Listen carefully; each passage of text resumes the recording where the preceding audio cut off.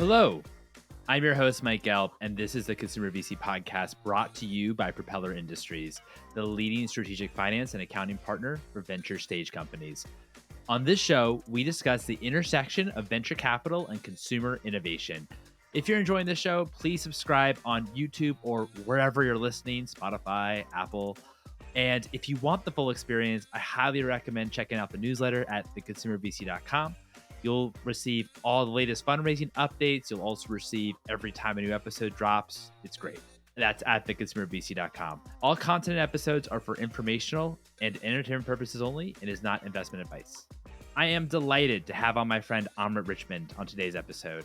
You might know her from Indie CPG. She also is the founder of Supermercado Insights, where she studies the past and future of the industry for clients and her own curiosities since 2017. If you're in the world of consumer brands, I would be stunned if you haven't heard of her or at least seen her research online. Indie CPG helps support brands through community, content, and intros to collaborators. I highly recommend learning more at indiecpg.com. And recently, Amrit joined the board of Secure CPG. Secure CPG is building the founder-forward approach to product insurance. Well, we focus this conversation on the road to the exit, what probably every founder wants. But what gives a food or drink brand in today's market acquisition energy? What are the different profiles of acquirers today? Why acquire emerging brands? For all the answers, and without further ado, here's Amrit.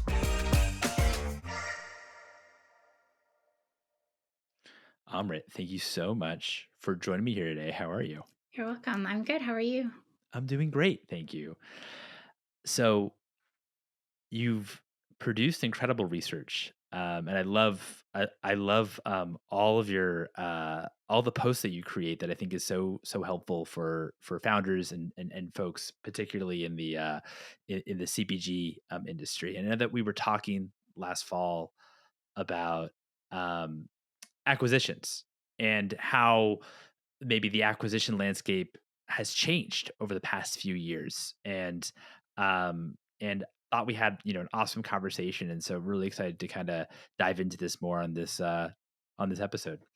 Yeah, I'm excited too, especially because you study this space like a sport, like I do. So it's always fun comparing notes when we catch up. That's kind. I mean, your notes are incredible. Let's start from like the basics. Why does a company acquire another company in the CPG space?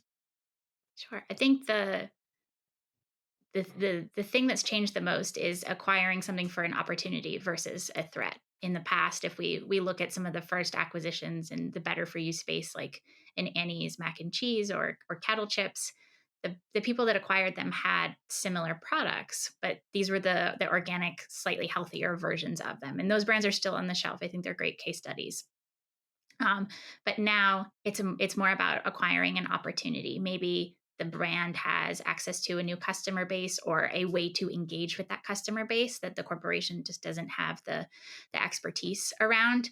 Um, Obviously, IP something that's very defensible against the other smaller brands when you're comparing potential acquisitions, but also that gives this corporation a new tool in their tool belt or something defensible that says this is a really special product and we're the only corporation that has something like it. So I think corporates in food and bev are thinking about companies their size as threats versus these smaller companies now. And it's cool to see CVCs making more investments, making more distribution partnerships as part of their investments. They're making a lot more effort to be active in the earlier stage ecosystems. Someone like Mondelez has Snack Futures program, and it gives them a chance to support brands that they may or may not invest in or acquire in the future, but helps them understand where all of this is going. And I think it's positive for the ecosystem that there's over 70 corporates in investing in food and beverage companies. I love this concept of now corporates are looking at when they're thinking about the M&A landscape in terms of what to acquire. They're more thinking about opportunities rather than threats. And really appreciate how you laid that out for us. But how how does it actually, in terms of the opportunity sides, like what do you think about this kind of new landscape? What kind of comes to mind, and what are the different um, levels or different maybe check boxes per se that has to have a corporation interested, or a company maybe needs to have, that the corporation would think, hey, this is an opportunity for us. Sure. So there's table stakes things that we all think about. Like it's most likely that the company has national, possibly international retail distribution. Um, I think in the supplement space, a brand could only live online and get acquired if it's something that people buy on repeat on subscription. But if we're talking about fast moving food and beverages, where someone buys a single unit at Whole Foods or Target, um, that retail distribution is going to be really important. And the corporates are much smarter about retail at scale than we are. That's one of their core competencies. A lot of them even dictate what goes on in their particular aisle because they're responsible for a third of it across all of their core brands. By partnering with them through an investment or acquisition, they can now distribute your product onto their aisle or the adjacent aisle, and that's super powerful. And when you think about the long-term partnership that happens after an acquisition. So they're looking for brands that can fit into the retail stores that they have the closest relationship with. Huge bonus if you're already selling in those. But it's also important that your brand understands how to play online. Mike, you and I talked a little bit about how the team that might be getting new jobs at this acquirer is really important, especially if that corporate is looking to have that team maybe incubate some entirely new brands with them, or some collaborative products. So we saw Mondelez, they bought Grenade snack bars. They're high protein and they did an Oreo flavor. That's a perfect example of taking a nostalgic product that everybody loves and pairing it with something that's high protein. I like to call that functional nostalgia. Obviously, low education, it makes us smile just like we are now, but it gives Oreo access to an audience that maybe hasn't had that flavor in a while. That's a great example, um, and also, I mean, really interesting kind of way to collaborate with the brand that you've actually acquired as well, and actually bring some of your the brands that you're known for, the incumbent brands, actually into the fold, which I think is really cool. Yeah, I'm holding out for a cookies and cream Who Kitchen bar. I really want a Who Kitchen cookies and cream flavored bar. That'd be my dream acquisition collaboration. Well, I mean, in the last, like, 5, 10, or maybe 10, 15 years, what to you were specific acquisitions that stuck out, that you thought, hey, this is actually maybe an insight into how corporations are behaving? I'll go back to Annie's and Kettle Chips and Justin's. Those founders were my heroes when I was growing up, and we had their products in our house. Um, more recently, in the last decade, of course, RX Bar, Liquid IV, more recently Cliff Bar. Um, but then there were brands in 2014, like Late July and Gardein, and those founders are now building new brands, which I think is super cool. So the founder of Late July is building Nixie sparkling water. Gardein is he's created a new frozen vegan sushi brand called Conscious Foods. I think I've bought it 4 or 5 times. It's incredible. So it's cool to see this life cycle of a a healthy brand that we all looked up to. They get acquired now that founder is building something new and standing alongside you in a booth at Expo West, and it, it's something that gets me really excited about this industry because people don't want to stop building.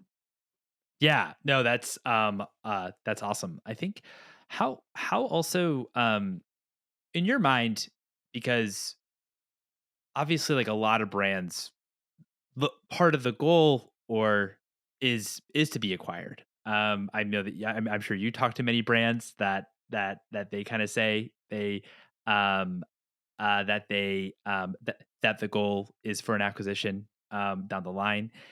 I certainly talk to brands that say that the goal is a success, is to be successfully acquired. What gives a fast what gives a fast moving brand acquisition energy? So we talked a little bit about the defensibility of having good distribution, and that also tells the potential buyer that your brand has a stronger hold on that region or that aisle than the other brands of similar size to you that are still indie.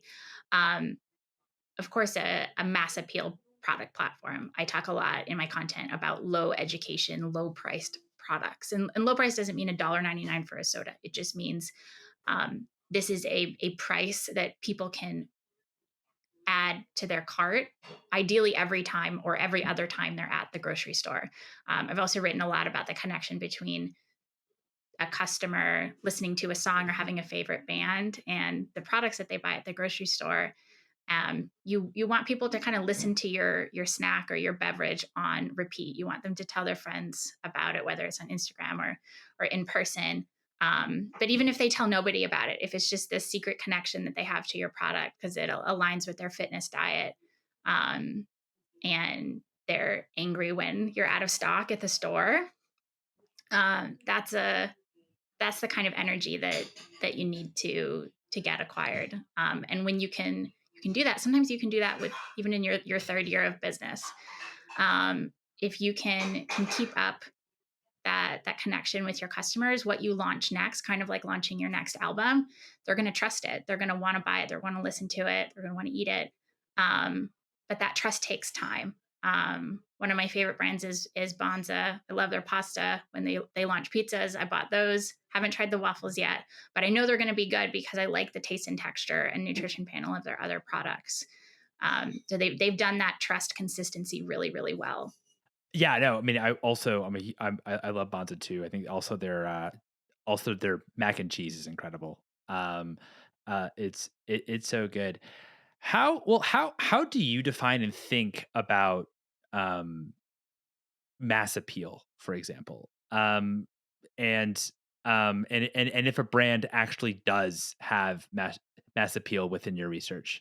As an industry, we talk about nostalgia a lot, but I think it can go beyond that.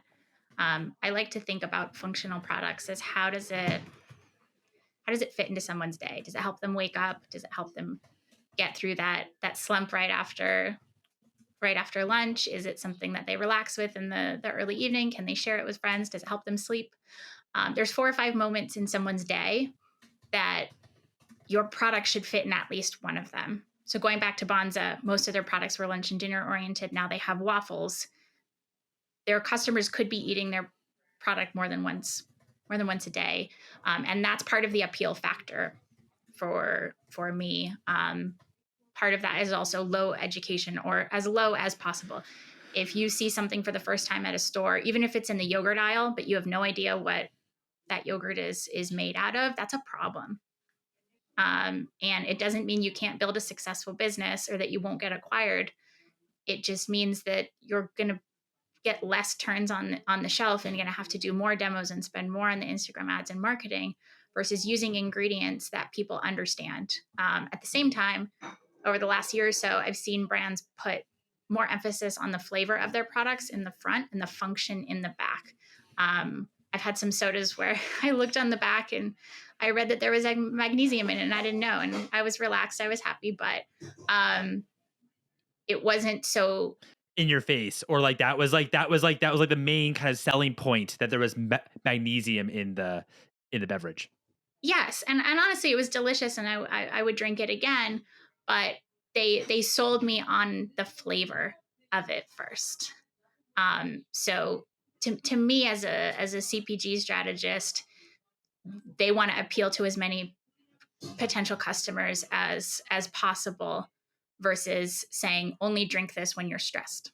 Are you finding that more and more in terms of brands today when it comes to some of like the marketing tactics, in that maybe tying it more so to an emotion or a how you would be feeling, for example, instead of saying we have, this ingredient, or we have uh or something along those lines.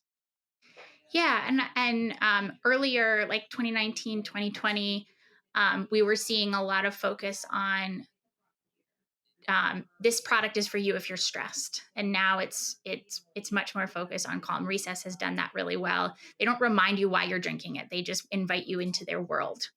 What I thought was really interesting in your research, and also said, was also on the PE side of it, how you have this kind of new type of PE investors when they're PE, but also operators too. They're kind of acquiring brands, and maybe traditionally they would only acquire, they would only be investors in the brands, but they're actually now kind of acquiring the brands. But they have like the operational expertise. They were entrepreneurs and were able to kind of exit and had successful exits, that they actually have kind of come back, even though they still invest in brands, they also as well run brands too, which I think like a little bit of a hybrid type, where in traditional PE, like you have like your own kind of operations team and it's like it's different. Yeah, and we're still seeing traditional PE. Some of the bigger exits were L Catterton buying Kodiak Cakes, TPG Growth buying Smart Sweets. Um, and then we've also seen some new kind of house of brands or holding companies be pretty active lately. There's one called Created that bought Basis Clean Hydration, Camp Mac and Cheese, a functional beverage called Dune. Human Co. I know that they made it. Yeah, They made a Human couple. Co. Yeah. And so they're also they're launching their own brands. They're acquiring them. Love what they're doing. Um, if again, as you and I are looking at this document while we're on video together, when we look at this, these are a couple dozen first time buyers in the last 4 years, where traditionally before COVID, it was the usual buyers of these brands. Yeah, and I actually think to the founders listening, who buys your brand might still be building their business right now. It might be one of these what we would consider a unicorn in CPG that's managed to stay in business 12 or 15 years. That's later stage, that has the ability to acquire you either for cash or meaningful equity in their business, and then one day you might get acquired together. So similar to how the the food and beverage corporates are thinking about what could we potentially acquire or partner with today that isn't a threat, that's an opportunity. These later stage brands that are platforming through acquisitions are thinking the same way. They make a snack, maybe they own their own production facility. What else could we be making in this facility? Maybe we do an equity deal with those brands. Maybe we acquire 25% of them. We give them line time. Everybody wins. We need more of that right now. Yeah, and I think to your point as well, um, in terms of um, what you acquire, it's in maybe in the adjacent markets in terms of what you currently have. Or adjacent markets, yes, but I still think any buyer, large or small, should have a checklist of what can we teach this company. Why are we acquiring it? Yes, it has mass appeal. Yes, they have distribution. Yes, it's a product that people listen to on repeat. But what how are we going to make an impact on this brand so that we can get a return on our time and investment also? So it might be the same way an investor's looking at a brand, and only investing in founders and products that they feel like they could make an impact on. Um, it that they Everybody needs to look in the mirror and say, like, can we really make something meaningful together? Otherwise, you're wasting your time. Right. No, that's a great, like, in terms of how can we also like add value, like could, if we went through our distribution, for example, and got them into maybe a different type of retailer as well, to kind of expand their distribution, would that actually be valuable to like their to or would they actually appeal to like that type of customer as well? Yes. So imagine your food brand gets acquired. You reduce your COGS by 20%, and you get into your dream retailer, not with a broker, but through the DSD of your new parent company. That can dramatically change your business. Huge. Well, I wanted to also touch on COGS for a second because I remember that when it came to kind of like the criteria now when it comes to being being attractive, being a if a company has acquisition energy, uh, when it the COGS or the supply chain um, needs to be maybe more simple. That's more attractive and not as complex. Um, how do you then think about innovation? Not to say that the most complex supply chain means that you're the most innovative, but at the same time, if there is complexity that maybe is that you're producing something that's fairly different to what maybe what was already in market, for example, that maybe there is more complexities to it. Um, how do you think about, like if you're a brand and you're really trying to innovate and you're trying to be pretty cutting edge and produce a product that is very different, and your cogs are going to be a lot higher than the incumbents. How do you kind of think about that and manage when it comes to innovation, and then of course, also wanting to also, maybe be acquired or be attractive to acquirers? Going back to what we were just saying, post acquisition, what impact could a corporate make on the business? If your cogs are higher than you want them to be, but they're not putting you out of business, that could be a problem your new parent company can help solve. Um, they might be buying a double digit percentage of the chocolate, let's say, in the industry or in the country, or just have access to suppliers that you don't know about that only work with corporations. So I don't think that the most important thing is cogs or the big profitability word. It's important for sure, um, but it it also depends on what kind of conversation you're going into when you're getting acquired. Are people approaching you because they see that you've created something super valuable? Or are you trying to sell your business? Um, there's different negotiating levers ab- about your cogs and your valuation in those situations. Um, Sometimes a company gets acquired and the supply chain changes significantly because it needed to, or because the new company wanted to do it their way. And that's a moment when you really have to consider the customers, because the customers of these organic, natural, better for you products, we're smart. We read labels, maybe because it's our diet or because of allergies, but also we bought these products because of the supply chains and because they're ethical. So um, there has to be a certain consideration when you reduce the cogs and you scale a product post acquisition to not take away what made people fall in love with it. Yeah, no, that's a great point. I remember when I had on Mark, the founder of Zico, he was saying that when Coke bought Zico, they actually changed the formula to make it um, to make it a lot more cost effective for Coke, and um, and I remember like their competitors kind of pounced on that too, because they knew.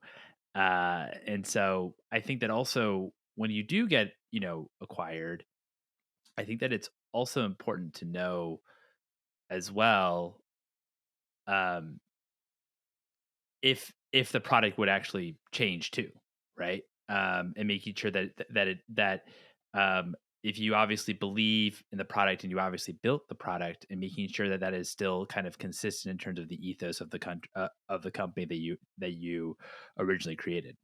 I think there's also ways that a corporation can make a product better post acquisition. They might have access to certain equipment or certain ingredients that just aren't on the market for these earlier stage brands, or the quantity or scale of them.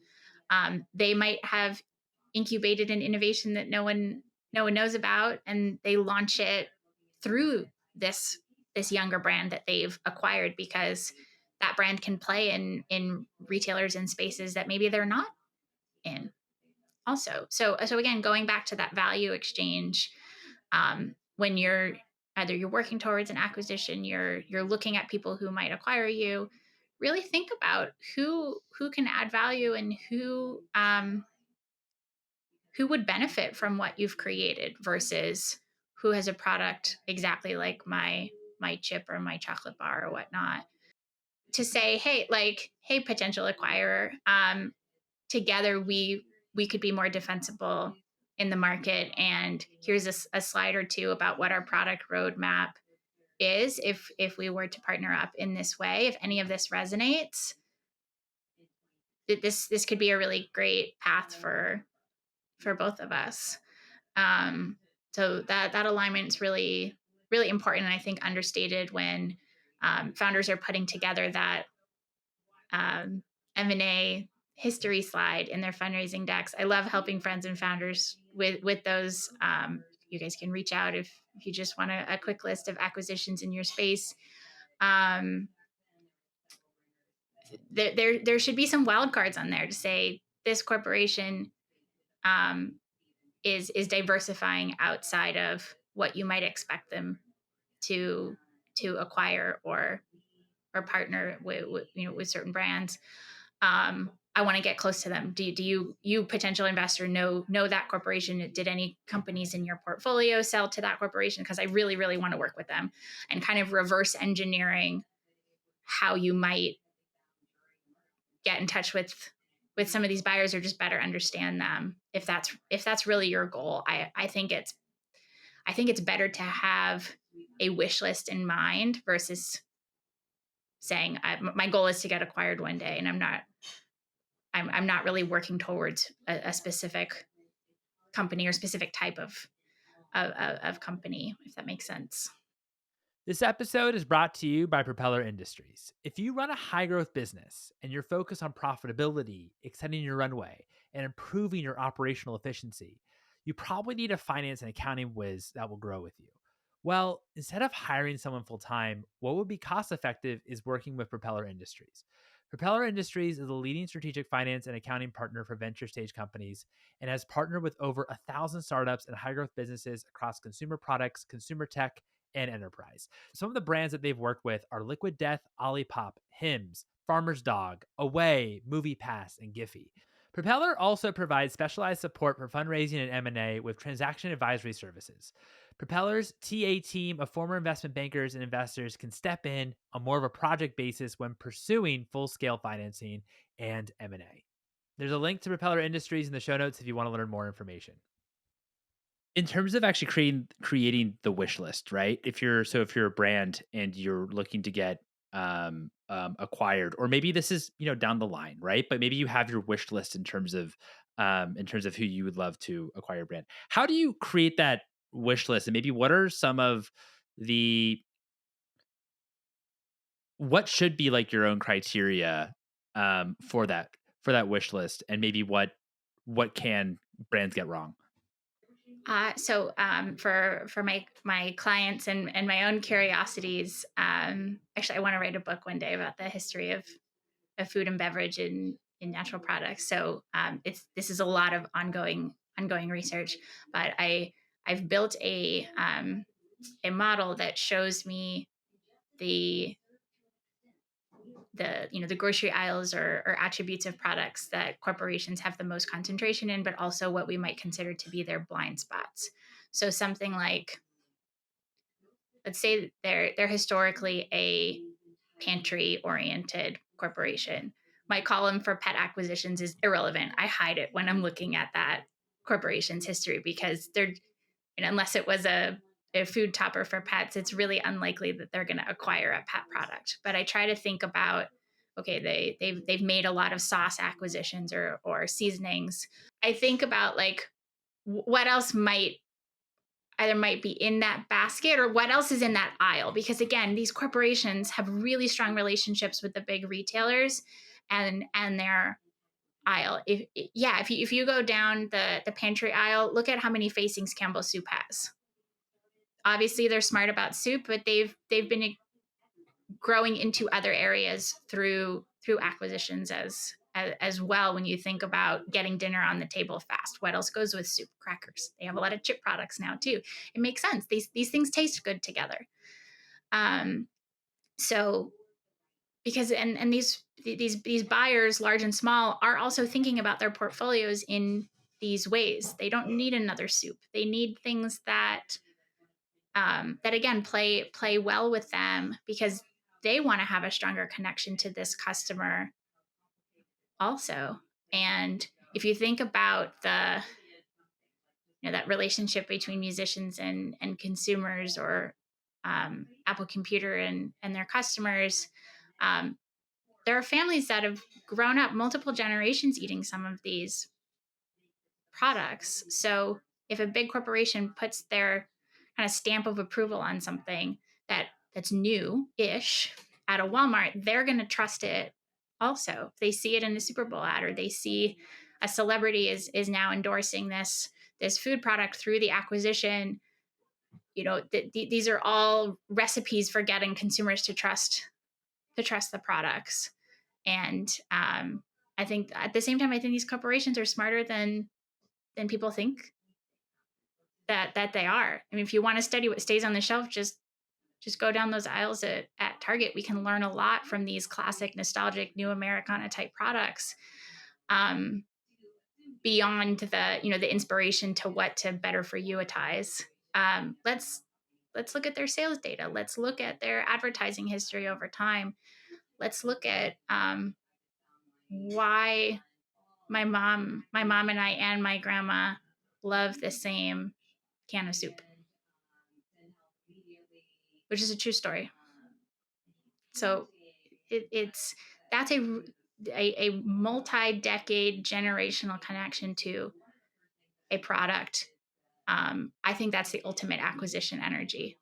Look at something like Annie's. They've platformed into multiple different product lines and aisles since the acquisition. I hope it's a product that my future kids can enjoy with me, or brand that we can enjoy. That's I think that's the ultimate return on investment for an acquisition.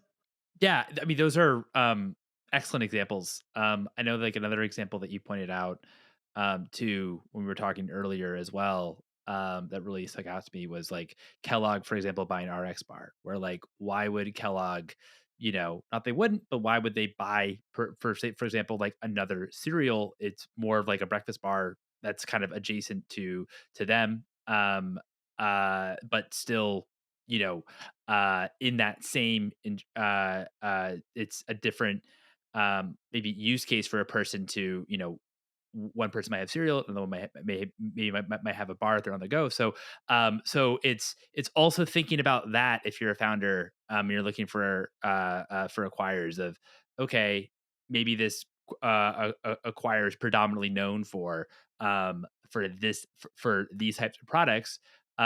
Maybe my product would be actually a great addition to the portfolio because maybe you would consume them at like the same time of day. Doesn't always have to be the case, but it is not a product that actually interferes with their current portfolio. And this is kind of going back as well to what you were saying about how these are kind of opportunities, all of them, and not threats. Yes, I absolutely see the RX Bar acquisition as an opportunity for Kellogg when it happened. And now RX Bar has cereals. They have high protein oatmeal cups. They have nut butters um, that they launched. I'm pretty sure all of that launched after the acquisition.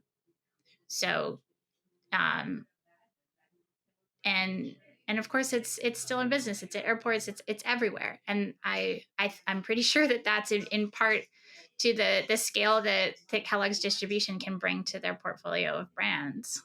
For you, what makes a strong founding team as you work with brands? So I think a strong founding team in the first year, even the day zero of a brand, is how much can that team do before they hire other teammates and agencies. Can they design some Facebook ads themselves? Can they create packaging as cheaply but thoughtfully as possible to give the brand a chance in that first year? Do they understand how the industry works? Honestly, like Do you know what a UPC code is, or how to position something for retail? Do you know what drives people to subscribe to something online? Maybe it's what you did in the past. I really admire founders that used to work in advertising because I come from that world too. And this new brand that they're creating is a kind of a blank canvas for unsuppressed creativity that maybe they've never had in their careers. And I find that they kind of run through walls and can do all these different get the brand off the ground things that make a huge difference in their business. So, and in the earlier stage, it's being creative, it's being scrappy, but also in your own way, studying your aisle, kind of like a sport. Yes, you should see what acquisitions happened in the space just to kind of know what's out there, but study what stayed on the shelf, study who else is using the ingredients that you do, and as you put all this data together, it's going to give you ideas for potential partnerships, either a collaborative product or maybe just a grocery haul giveaway on Instagram because you're both in the same store now. And also be friends with those founders. When I'm not analyzing all of this data, I build community in the space. I connect founders to each other, to different agencies and partners. I learn a lot from the office hours calls that I do. And that's why I'm so generous with my data when I chat with founders, because we really are both learning something. This is too much data for one of us in a silo to be looking at. We all contribute something different to the ecosystem, and I think the more we can compare notes about not just the past but kind of where this is going, we can all benefit from it. We of course have, founders that are new to CPG, and that's incredible that they started out. Certainly had an uh, um, incredible roster of those people on the podcast. And they are awesome. We've also had as well talked with founders that actually come from big CPG that then start their own brands. Um, uh, can you talk to me a little bit when it comes to the acquisition side of things?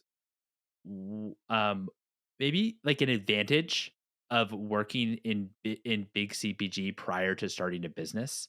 How that actually, um, what maybe you might think, why that might be, why that actually might like have like an impact when it comes to actually when you're selling your business. Absolutely. And quickly going back to founding teams, I think someone who came from advertising and someone who came from big CPG would be my dream team, because on the someone that comes from big CPG, they understand supply chains, they understand how to rapidly launch new products. They were probably working directly or indirectly with those top 5 retailers. Also, they had access to sales data that probably none of us have ever seen. So, excuse me, um, they're their own Swiss Army knife of an operator, and they, again, the advertising analogy, this is their chance to work on a smaller brand, and they're energized by that, and they also know how to run a team. That's honestly understated. As you scale, you have to hire more people, you have to do less of the fun creative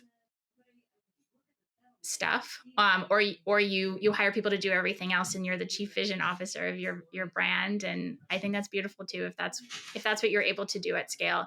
But most of the time, a CEO's job is kind of staying on the shelf and making sure all these different pieces are moving, and that you have people smarter than you doing the things that you used to do in that first year. So the coming from bigger companies, just to recap, you know how to run a team, you know how to rapidly launch new products, you understand the everyday American consumer, and even better if you built products for that corporation in another country. If your goal is to take your product to Europe, and you already know how to operate in that country, that's a huge competitive advantage when you're building your food business. Yeah, no, I mean, absolutely.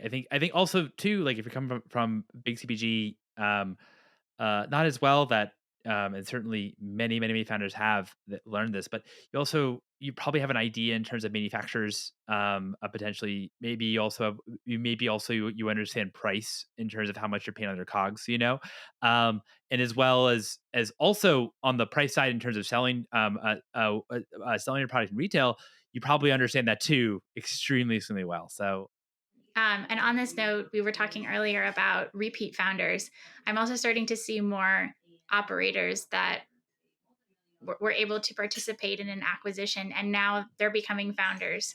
And again, that's this cool life cycle in CPG, that people want to stay in the game, and they should. I think there's a place for everybody in this industry that wants to be here. Um, and there's a lot of really strong talent entering the market now that are starting their own brands. we've also seen, as you pointed out, in our prior chat, there's also been like corporate, the big CPG launching their own brands and kind of incubating, launching their own brands. How do you think about innovation, um, overall, whether it comes from independents, traditional entrepreneurs, or if it actually comes, will we be seeing a lot more innovation kind of come through and be successful within big CPG? On any given week, if you compared side by side to what the indie brands are launching and what the corporates are launching, more new products for corporations versus a brand new company. Um, the indie brands are innovating with functionality, with different high low protein combinations, maybe first to market innovations. The corporates are mashing up their flavors on each other's products, which honestly I love seeing them on Instagram.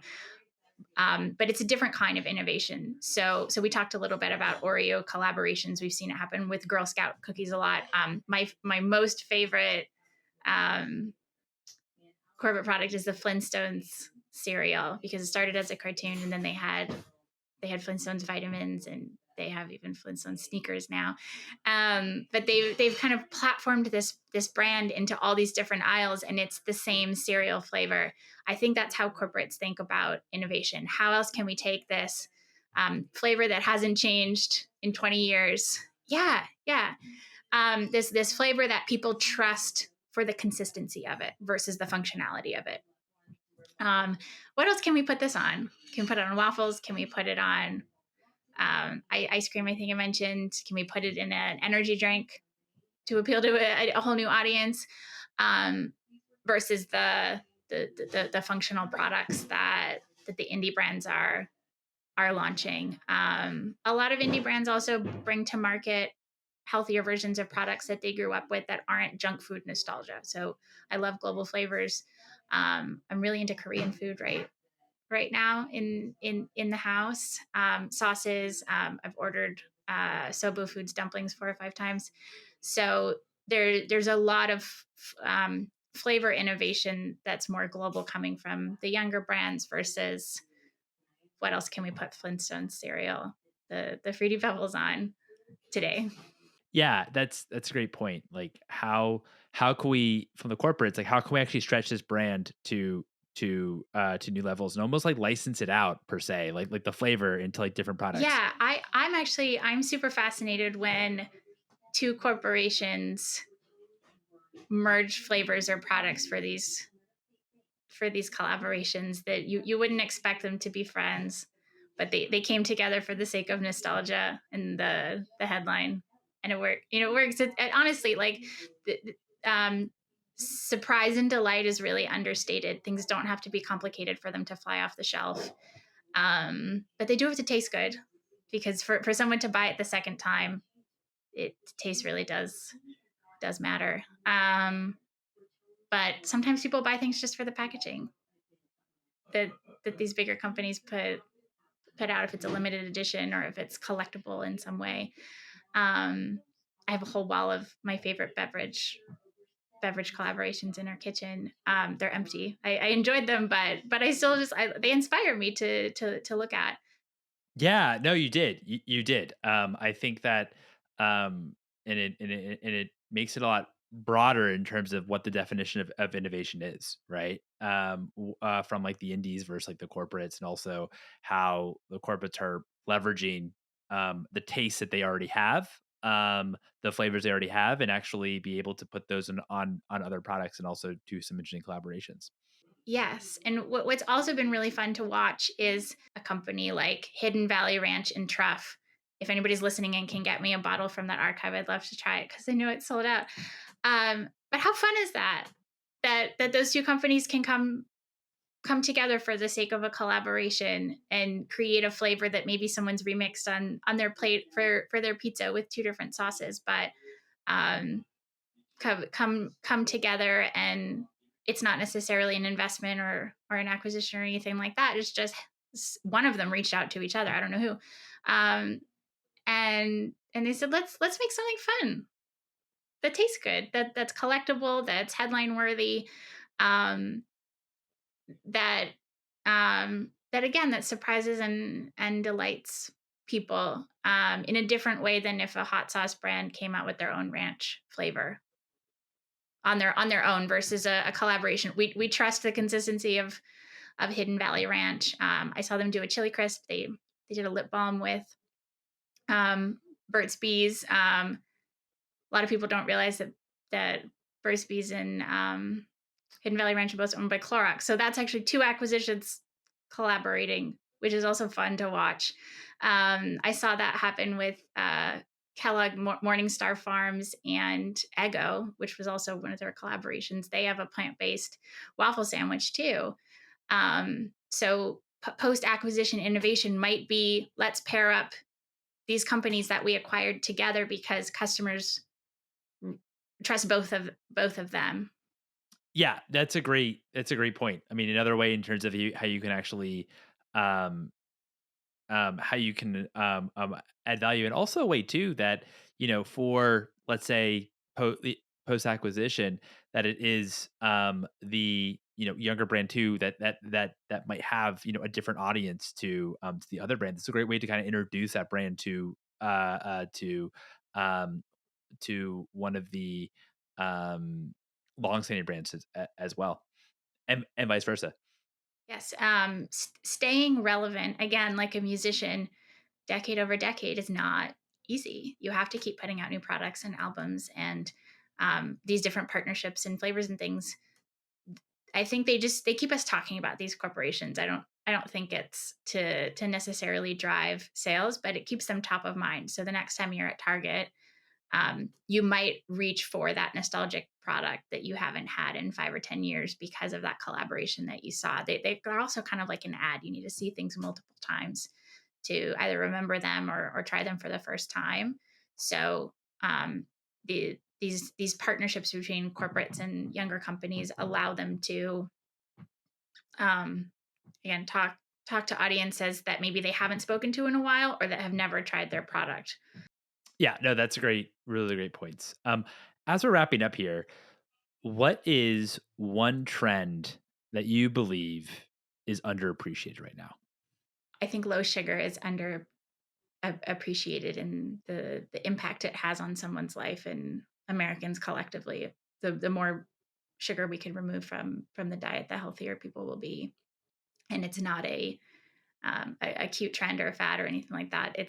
I think it's one of the most mass appeal opportunities for food and beverage brands, and it doesn't have to be um, the main selling point on the front of your package. Again, with the flavor in the front, function in the back. Um, it can just be removing the unnecessary sugar and looking for safe alternatives. I'm a big fan of Perfy soda. He's doing a lot of incredible work to create low sugar beverages. That's uh that's awesome. Thanks so much for sharing. I think that it's I feel like in the better for world, the better for you health focused products, there's a lot of different uh like this is better for you and that better for you, and but I love how um something that I think that probably has been marketed to us for a long time, low sugar products, that still is like underappreciated because there's so much kind of other kind of talking points or other kind of things that we think about. So it's really cool. Yes. When I worked in tech, I spent an entire year studying diabetes software and apps for a client. And when we think about what has mass appeal, or what do Americans really need, just look at people's diets. Research what health challenges people have, and creating products that can give them the joy of eating candy again, um, or drinking a beverage, or again, back to high protein, that can make a big impact on someone's life. And protein deficiency is a problem for a lot of people. um, I think those can have a lot more long-term opportunities than the way we talk about these things as trends, because they're not. These are real problems that people have. Amrit, thank you so much for your time. I really appreciate it. Thanks so much for bearing with me. I know we're a couple minutes over here, but really appreciate you coming on. And there you have it. It was such a pleasure chatting with Amrit. Amrit, thanks again so much for coming on the podcast. If you're enjoying this podcast, highly recommend checking out the newsletter at theconsumervc.com. You'll receive all the latest fundraising news and also know when new episodes drop. That's at theconsumervc.com. Thanks again for listening. Until next time.